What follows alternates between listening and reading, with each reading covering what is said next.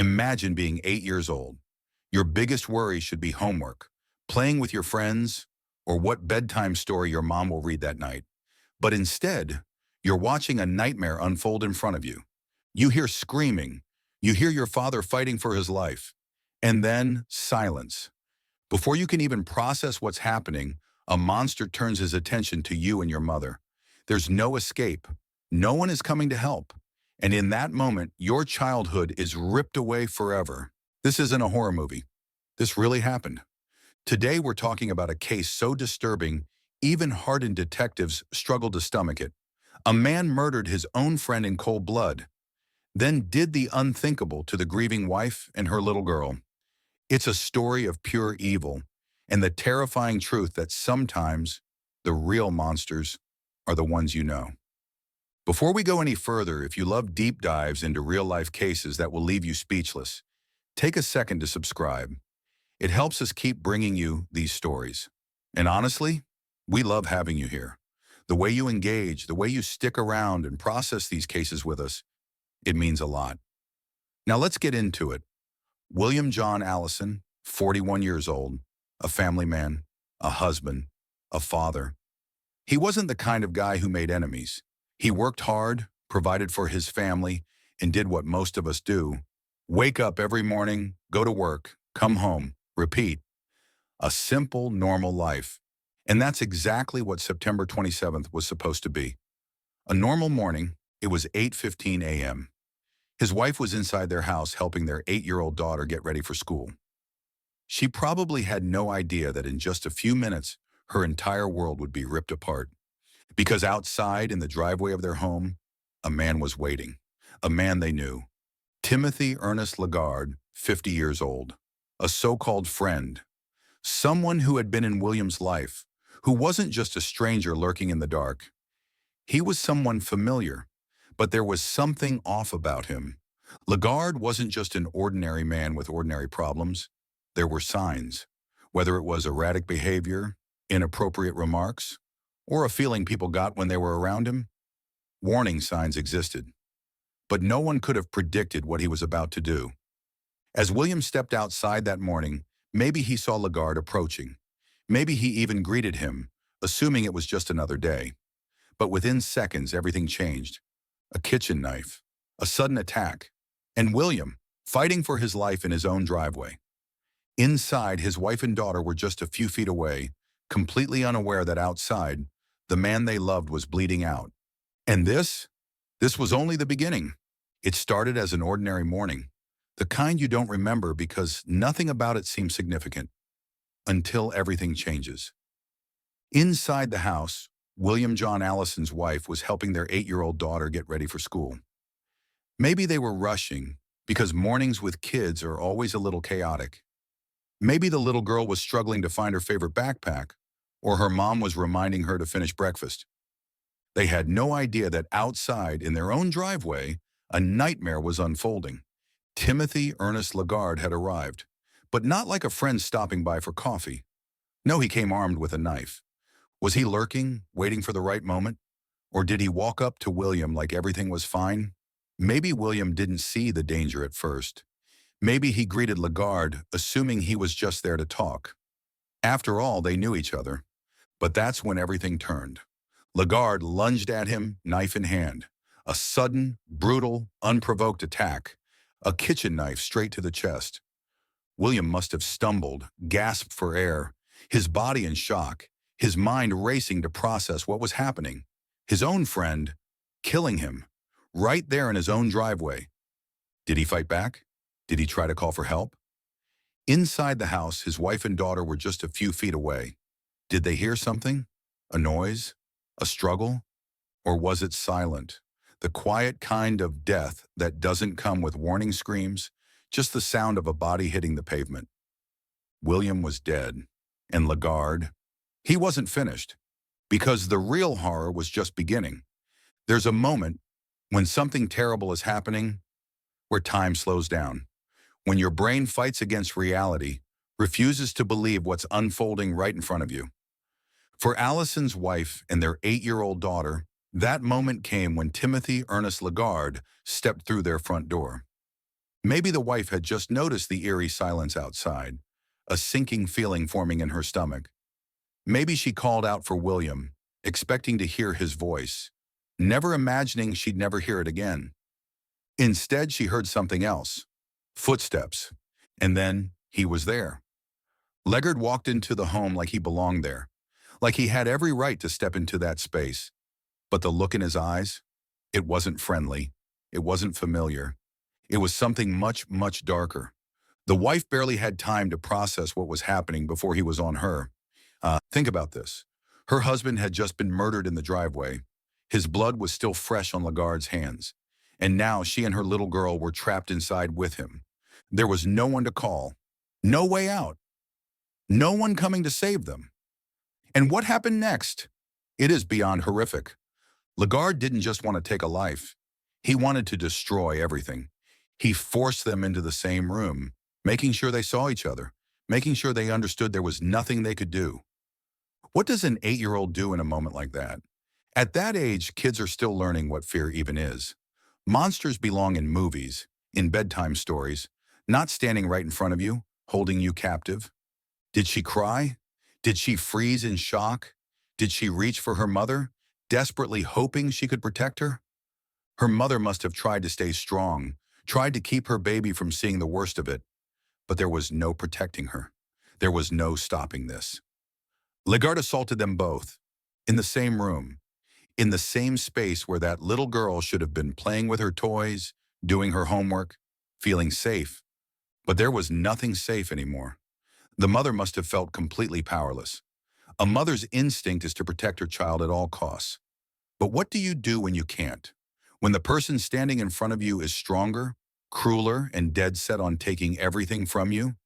It is unthinkable. And yet, it happened. But somehow, they got away. Maybe Legard let his guard down. Maybe he thought they were too broken, too afraid to fight back. But he was wrong. The wife grabbed her daughter and ran. Out the door, into the street, to a neighbor's house. Somehow, even after everything, she found the strength to run. And when she reached that door, when she pounded on it, screaming for help, someone answered. The police were called, and Legard's rampage was about to come to an end. After the unimaginable brutality that Rachel and her daughter had just endured, the terror wasn't over. In an act of sheer will to survive, they managed to break free from the hellish nightmare that had become their home.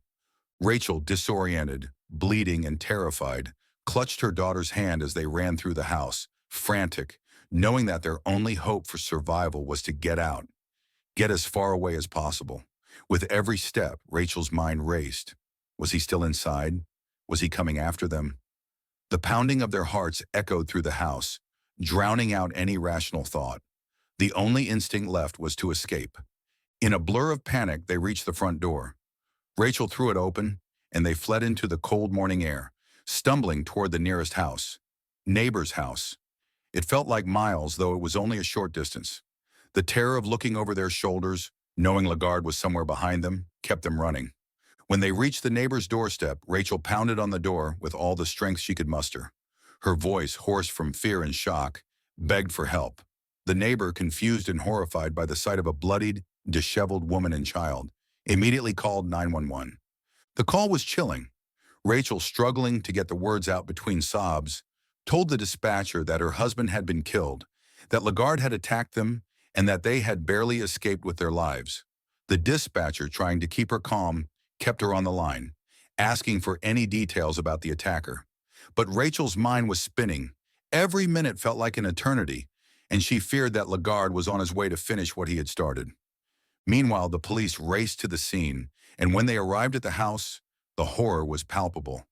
The driveway where William Allison had been brutally stabbed was still stained with blood, a haunting reminder of the life that had been taken. Inside, the scene was even more chilling.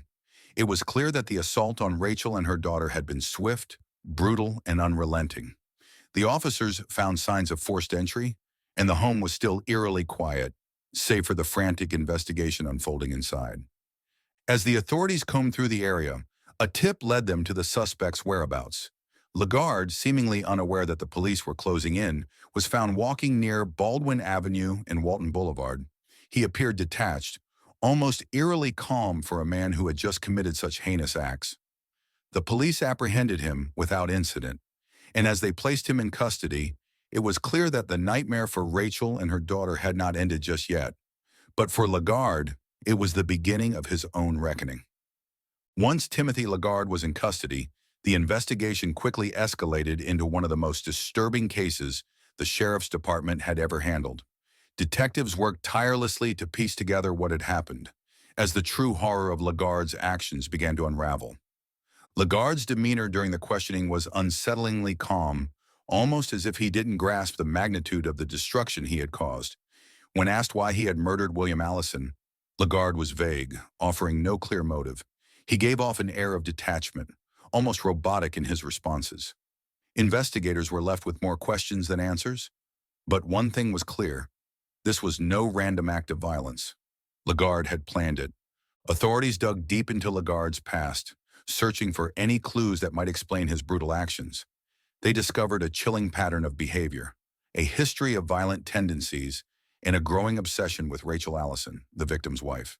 Interviews with people who knew Legard revealed that he had been hiding dark secrets, ones that no one could have predicted. It became evident that his fixation on Rachel had turned into something far more sinister. While there was no evidence to suggest a prior relationship with her, the obsession was clear. He had been planning this for months, waiting for the right moment to strike. The police quickly turned their focus to the cold-blooded nature of the crime. The brutal attack on William Allison in the driveway, followed by the terrifying assault on Rachel and her daughter inside the house, painted a damning picture of Legard's depravity. As they gathered evidence, the details of his actions became more chilling. The methodical way he entered the home, the violence he unleashed, and the complete disregard for human life. His actions were not born from anger alone, but seemed to be part of a carefully orchestrated plan to hurt the family in the most extreme way possible. By the time the case moved toward prosecution, Legard was facing a staggering 11 felony charges, each more horrifying than the last. These included first-degree murder, kidnapping, sexual assault, and a series of related charges. The severity of the charges reflected the brutality of his actions, and the sheer volume of his offenses shocked even the most experienced investigators. Sheriff Mike Bouchard was one of the first to speak out about the case, and his words conveyed the sheer magnitude of the horror that had unfolded in that quiet suburban neighborhood. "This is one of the most disturbing cases I've seen in my career," he stated in a press conference. "The level of violence, the terror inflicted on a mother and child, the senseless loss of a life, it's beyond comprehension." His voice trembled with the weight of what had transpired as he reflected on the devastation caused by one man's evil actions. As Legard sat in his cell, awaiting trial, the community struggled to come to terms with what had happened. How could someone they had known, a man they thought they could trust, be capable of such unthinkable violence?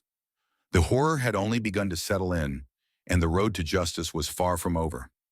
For Rachel and her daughter, the life they once knew had been stolen from them in an instant. The loss of William John Allison was unbearable, but the horror of what they endured in those final moments would haunt them for the rest of their lives. How could they ever feel safe again? How could they move forward after experiencing something so horrific? Their home, once a place of warmth and love, had been turned into a nightmare, a reminder of the violence that tore their world apart. Rachel would forever carry the scars, both physical and emotional, from the attack.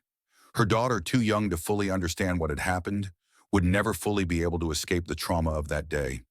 Their lives would be forever shaped by the man they had trusted, the man who had come into their lives as a friend, only to betray them in the most unfathomable way.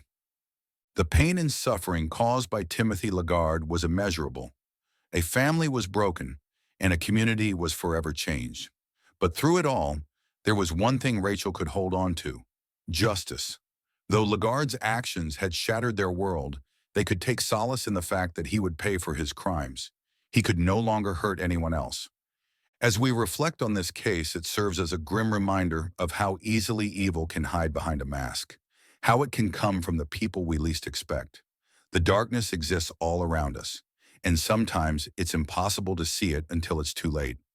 If you want to hear more stories like this, Stories that bring light to the darkness, stories that need to be told. Make sure to subscribe. There are many more chilling cases that will keep you on the edge of your seat. Don't miss them.